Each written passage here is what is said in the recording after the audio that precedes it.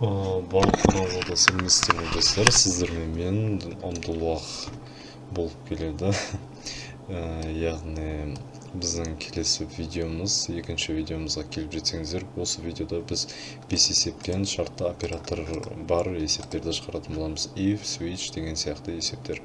Мына өткенге есептер, бұларға мән бермей қойсаңыздар болады. Бұларды біз алып тастасақ та болады. Сонымен мысалы бірінші есепке көшейік.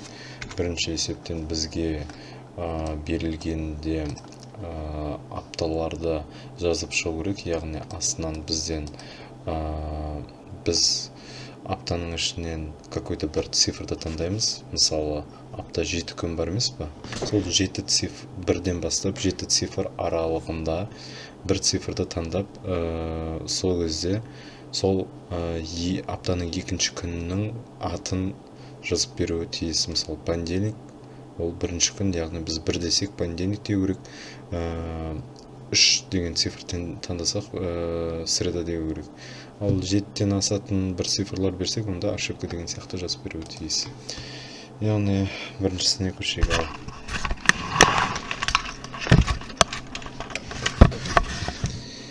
Ал бірінші есепте біздің жазатынымыз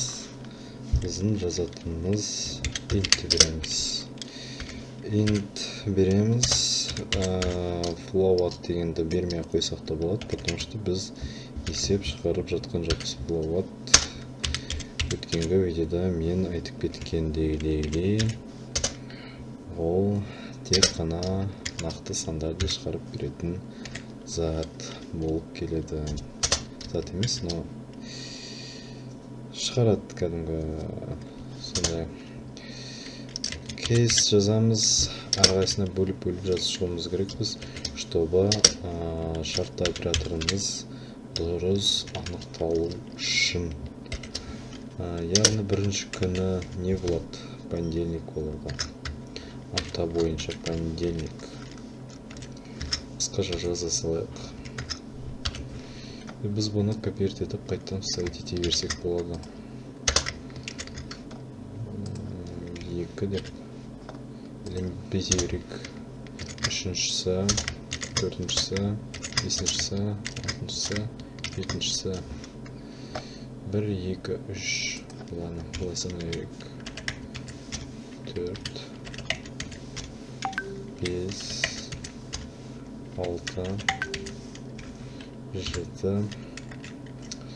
Так, вторник. Вторник,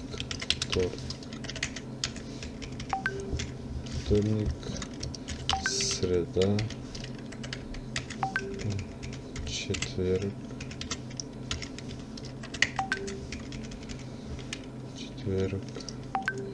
пятница, суббота, воскресенье.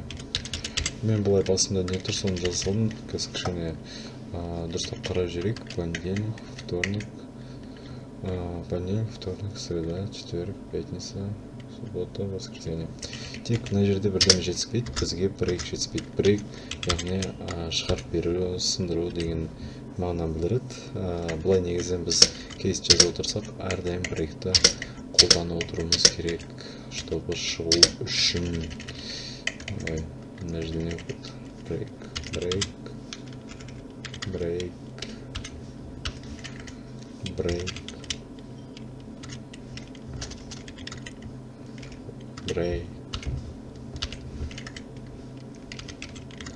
Басында жазу керек, енді или бете салайық.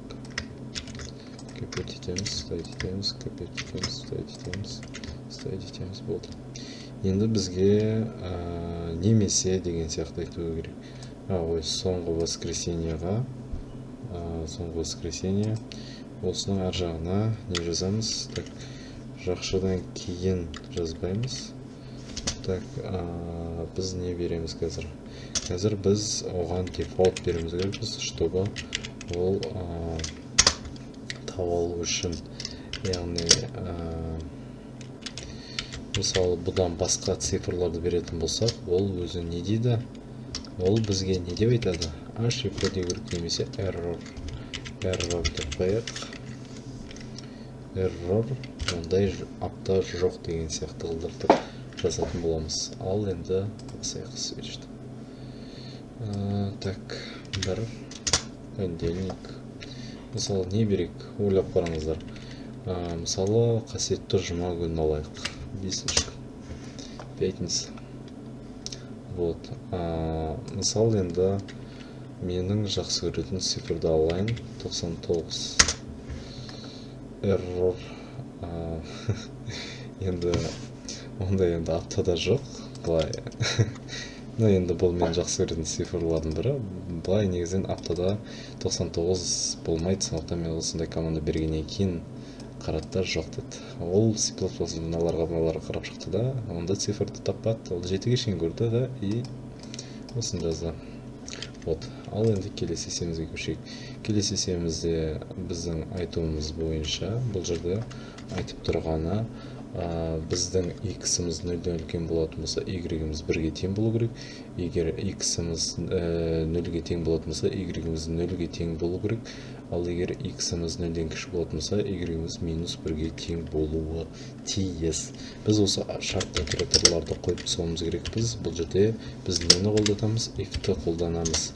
If дегенге қатысты есептер ең алғашқы контент бастап атқан кездерінде сіздер көрсеңіздер болады. Ең алғашқы видеоларымда сол кездерде мен шығарған ондай есептерге.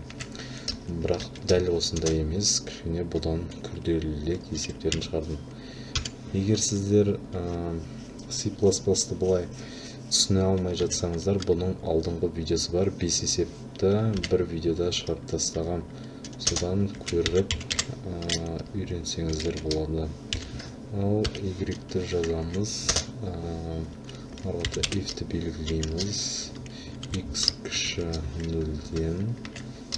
Жақшаны ашамыз. Ішінде тұру үшін x минус 1. Неге мен оны қойып жатырмын?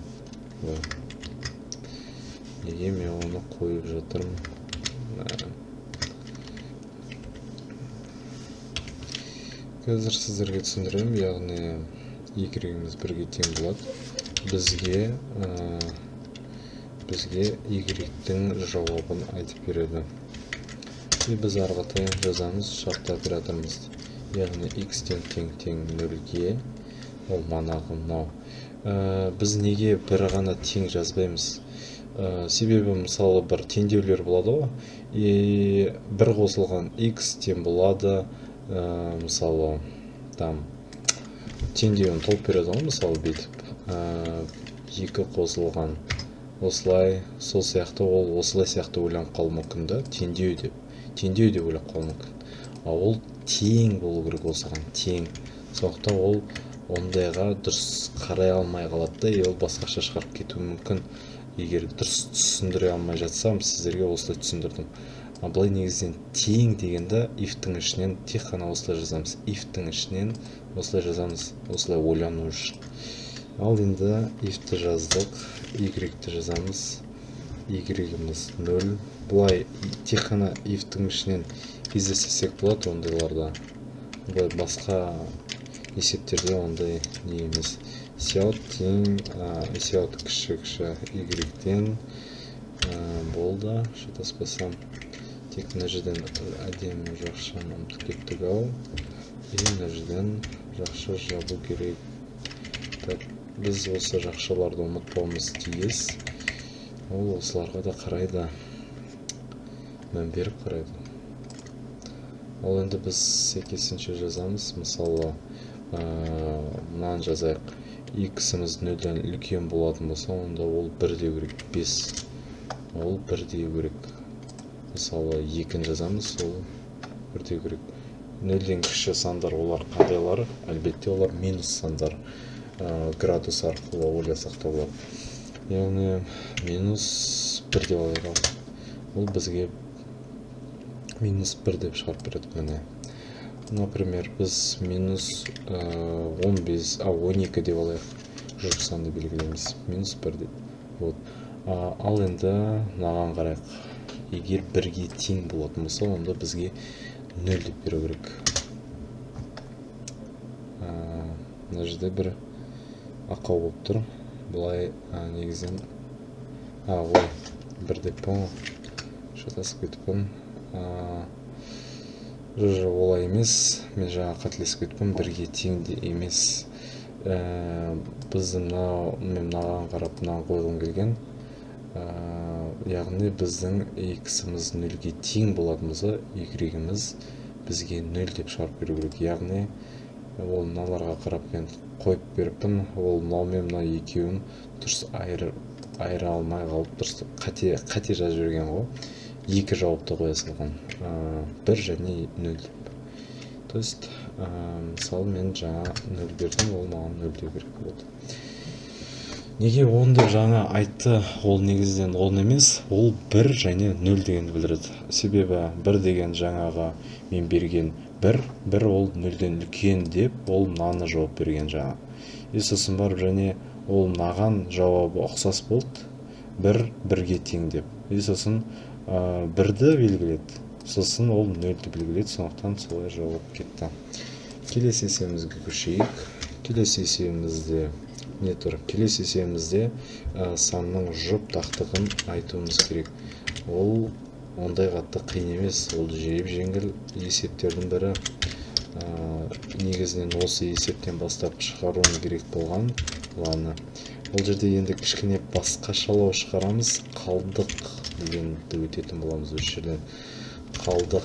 Осы бойда сіздер қалдықты түсініп кетесіздер деген ойда болмын. Сеуатты белгілеміз, бізге аны айтады. Егер бізде, яғни процент не білдіреді, ол мынау екеуінің бөлінісінен қалдық шықпайды дегенді білдіреді. Яғни мынау қалдық 0. То есть 1 түр 0 деген сияқты. 1/10-нан 0 деп айтпаймыз ғой. Біз оны 1 дей саламыз. Сол сияқты сондай зат. Мына жерде біз оны білдіреміз. Қалдық жоқ деген сияқты алдыртып. Қалдық жоқтар, яғни олар не болады? Четный болады. Четный. Ал болмаса дегенді біз қалай жазамыз? Біз оған бетіп команда беріп керек емес бұлай. Әрқайсысын жазып if, процент, барлық цифрларды бере беріп, 3-ке бөлсек осындай, оны біз 7-ге бөлсек осындай, ол керек емес. Егер оған қарама қайшылыққа шығатын, яғни четный мен нечетный екеуі бір-біріне қарама қайшылық қой. Ол қарама қайшылықты біз бұлай да жазсақ болады. Мен if арқылы шарт беріп отырмын. Else деймізді, сразу бүйтіп жазып кетсек те, ол өзі толып береді. Себебі ол қарама қайшылығы екенін өзі түсініп тұр. Тек біз өзімізге байланысты түсінсек болды. Четный қарама қайшылыққа else жазамыз if-ке. Ол мынаған қарайды, егер одан таппаса else дейді, болмаса мынаны тере салам деп, өз ұсынтан деп. Ал енді мына жерден ешқандай қауіп кетпеген деген ойдамын. Мысалы біз 2-ні берсек, ол бізге четный деу керек, яғни жұп. Ол жұп. Ал нечетный деген ол так.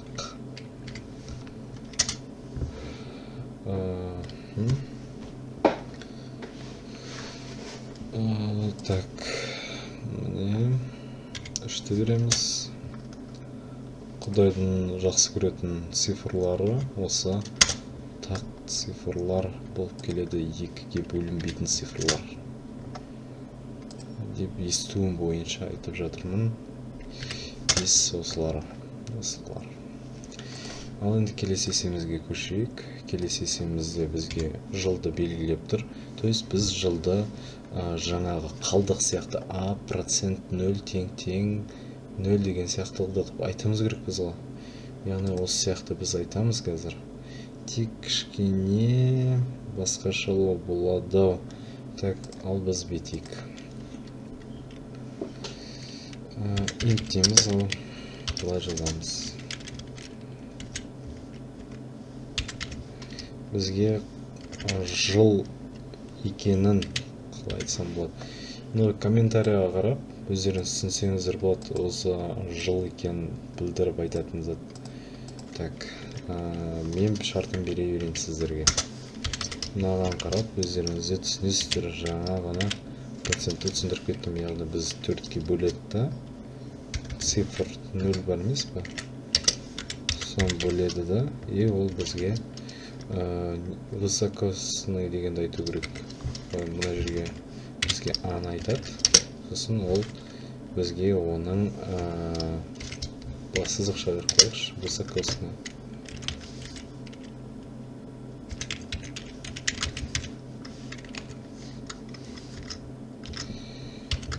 Болмаса, егер бұған қарама-қайшылық қой, тура жаңағы сияқты, тек бұл жерде есептің өзі басқаша, жылда дәлелдеу керек.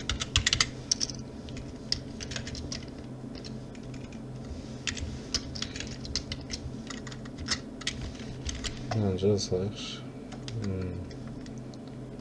Мынаны жазайық. Копировать ете саламыз.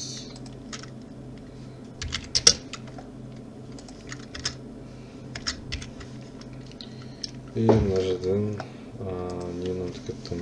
Міне мынау сызықшаның алдына біз мынаны жазуды ұмытып кетіппіз. Кешірім өтінемін. Осыны жазады. Ал берейік цифрларды. 3-ті береміз, невысокосный. Ал 4-ті берсек қалдық шықпайды. Яғни бізге высокосный осыған қарайды, и осы немен шығарып береді. Бұлай сұрақтарыңыз болып жатса сұраңыздар. Міне сіздерге шығарып беріп отырмын, сіздер үшін. Соңғы есебімізге кеттік. Мыналарға қарағанда кішкене күрделі есеп. Әдейі дайындап қойғам сіздерге. Физика заңдылығы бойынша біз өшірге шарттарды қоятын боламыз. Бұл негізінен if арқылы да шығаруға болады, бірақ бұл жерде кішкене since outты көп қолданып кетеміз. Мына жерде енді шығарайық ал. Бұл жерде сразу мен жазай берейін float-та. Бұл есеп шығарамыз, өздеріңіз байқағандай мен float теріп отырмын. Float, яғни бізге нақты сандарды теріп беру керек. Бұл жерде бізге бір-біріне жалғанған резисторлар және бір-біріне жалғанбаған параллель жалғанған резисторларды біз оның жалпы несін тауып беруіміз керек, біз жалпы формуласын. Яғни біз оны тауып беретін болсақ, бізге не істеуіміз керек бізді. Бір моментте біз оларға шарттан беріп қоймыз керекпіз. Бірінші бізге сұрайтыны резистордың үлкен несін сұрайды. Бізге мынау параллель жалғанған параллель емес, мынаны біз не істейік ал. Мына үлкен R-ді біз не деп қоямыз? Біз оны бір-біріне не жұп теңескен кәдімгі бір жолда бұлай тұрады ғой. Ладно, мен сіздерге бұлай түсіндіре салайыншы. Paint арқылы. Біз физика заңдылығын өткен шығарсыздар деген ойдамын. Егер өтпесеңіздер, сіздерге формуласын жазып берейін. Резисторлар болады осындай жетеді осындай. Осылардан лампы, бірдемелер жасайды. Әйтеуір робототехникаларда қолданғандарын көргем. Осы бұларды біз резистор деп айтамыз. Мынау 1, мынау 2, осылай кете береді. Енді бізге бұл ұзын жолдың бізге оның несін тауып керек? Формуласын тауып керек. Яғни оның формуласы осыған келеді. 1 бөлінген R1 қосылған R2 болады. Ол арғатай кете береді, мына жағынан толай берсе, мына жағынан толай берсе, соларды n деп айтайық, и олар тоже осылай 1 бөлінген n деп қойық, осылай болып кете береді. А бұлай екеуін берсе бізге, біз оның қысқаша түрін жазсақ болады, жалпы түрін. Яғни біз мынаны көбейтеміз, мынаны көбейтеміз, сол кезде үстінен қосу тұрады, астынан жоқ, үстінен көбейт жүрген кезде астында көбейту тұрады, сондықтан біз оны көбейтулер үстіне кетіп қалады, себебі мынау бір бөлінген ғой, сондықтан оның жауабы R1 көбейтілген R1 или R2 астынан қосу тұрады. R1 қосылу R2 болады. Енді сіздер бұны түсіндіңіздер.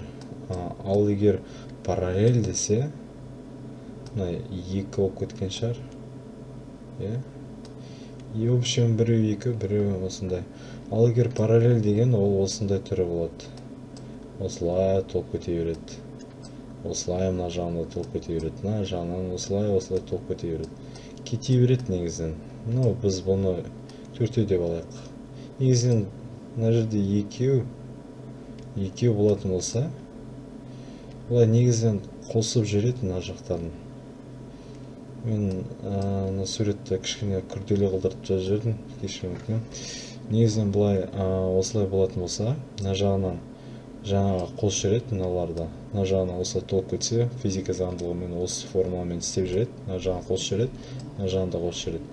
Қосып жүрген соң мына екі жақты қосып жібереді бір-бірлеріне. Осылай. Ол кете береді деген мен жаңа осыны айтқым келген, мен наоборот айтып саппын. Осылай үшеу тұрса, онда ол үшеу де қосылып кетеді. R1 қосылған R2, R3 деп. Ол жалпы түрі. Мен оны кішкентай R мен белгіледім. Осы кішкентай R. Ал енді берейік. Бізге үлкен R-іміз. Бұл бір-біріне жалғанған резисторден ба? Цеп резисторды айтайын. Резистор R1 неге тең деген сияқты.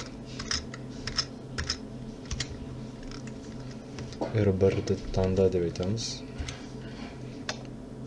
Сосын мынаны копировать етеміз, екіншісіне қоямыз. Ол бізге арғытай несін тауып береді. R1-ін айтады. Жаңағы R1-ді. Сосын синді белгілейміз. Сиалт. Бізге сиалт керек. Синді қой. Сиалт керек. Енді біз мынаны R2-ге ауыстырып жүреміз. И бұны біз синдеміз да R2 дейміз. Енді шықты. Енді ол не только осыған, ол оның формуласын тауып береді, еще бізге енді цеп резистор дікін айттық. Енді сиалт цеп резистор емес. Енді бізге керегі қалай да айтылатын еді, мынау параллель резисторын айтып берсін дейміз.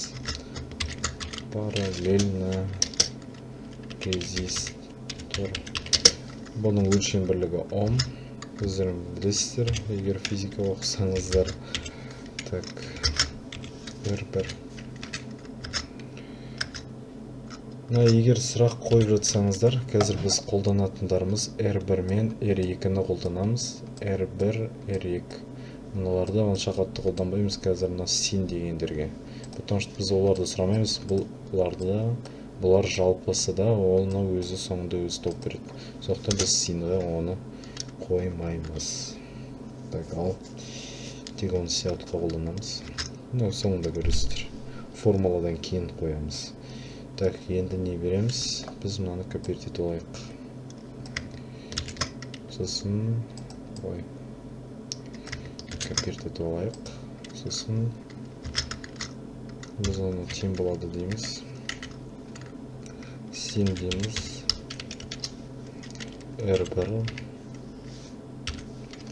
R1-іміз тұр. Сиалтымыз бар. Оған біз тағы да осыны береміз, бірақ 2-ні береміз.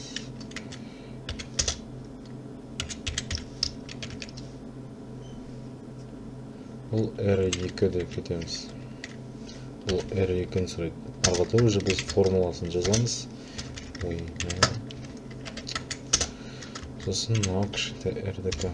Яғни мынаның ненің формуласы? Ол мынаның формуласы. Осы үлкен ненікі цеп цепті резистор. Мен орысша айтып тұрғанда түсініп тұрмын да, бірақ қазақша қалай айтатынын білмей тұрмын. Бұлай негізінен өздеріңіз түсініп тұрсыздар. Мынау цеп арқылы, цеп сияқты былай тұрады ғой, қатарлық, қалай деп айтылатын еді. Физика заңы бойынша өздеріңіз қарап отырсаңыздар, физиканы білетін болсаңыздар, өздеріңіз түсінесіздер не екен. Ом заңында бір-бірлеріне жалғанатын болса резисторлар, сіздер олардың екіге бөлінетін білесіздер. Ішінде амперде қосылады. Мысалы, мұндай болатын болса, ампер бірде болып кетеді деген сияқты, олынікі тұрақты болып кетеді, сондай сияқты ғой. Сондай айтып отырмын. Так, енді бізге жақшаның ішінде бұлай жақшашты жазып алып, енді маған ыңғайлы болғандықтан жазып отырмын. Және сіздерге де ыңғайлы деген ойдамын, сіздерге түсінікті болсын деп. Так, бізге енді мына жерде ең жеп-жеңіл формула, просто екеуін қоса саласыздар, болды. И бізге оның жауабын өзі тауып береді. Енді бізге соңында сяут дейміз. Үлкен R тең дейміз. R-дікін айтады. Сонымен қатар handle'ды жазамыз. Неге? Потому что ол қасына жазады. Мынаның формасын оның қасына жазып қояды. Мәне дейді. Біз оның қасына жазысақ, біз полностью бір цифр, манағы 1 мен 0-ді біз 10 деген сияқты оқып қаламыз да. Сондықтан біз бөлек жазып қояйық, кішкене түсінікті болсын деп. R, мына жерге кішкентай R. Бұған енді handle керек емес, потому что одан кейін арғыда есеп жоқ. Арғыда бізге толып бермейді. Енді теріп берейік енді. Мынаны сұрайды, болды. Бұлай негізі формуланың барлығы дұрыс. Егер сайт осылай қойып кетсек қойып кетеді. Сондықтан біз оны кірпетеді қаттан ұставить етейік. Так, ал шама сайт қойып жатыр. Кешірмекпен. Так, міне. Цеп резисторына біз мысалы 2 деп алайық, 3 деп алайық. И ол... мынаны да беруіміз керекпіз, потому что осыдан кейін формула жоқ, бізге барлығына жоқ беру. Сен. Бұған енді 5 деп берейік, 6 деп берейік. Ол 5 пен 6-ны қосқан кезде, мысалы, например, айтайық, 5-ке 6-ны қосқанда не болады? 5-ке 6-ны қосқанда 11 болады. Мынау мен мынау. Яғни үстінен 2-ге 3-ті көбейтіңіздер, 6 болады. Астынан 2-ге 3-ті қосыңдар, сонда 5 болады. 6-ны 5-ке бөлгенде 1,2 деген сияқты толып беріп тұр. Қазір есептеп көрейік калькулятормен.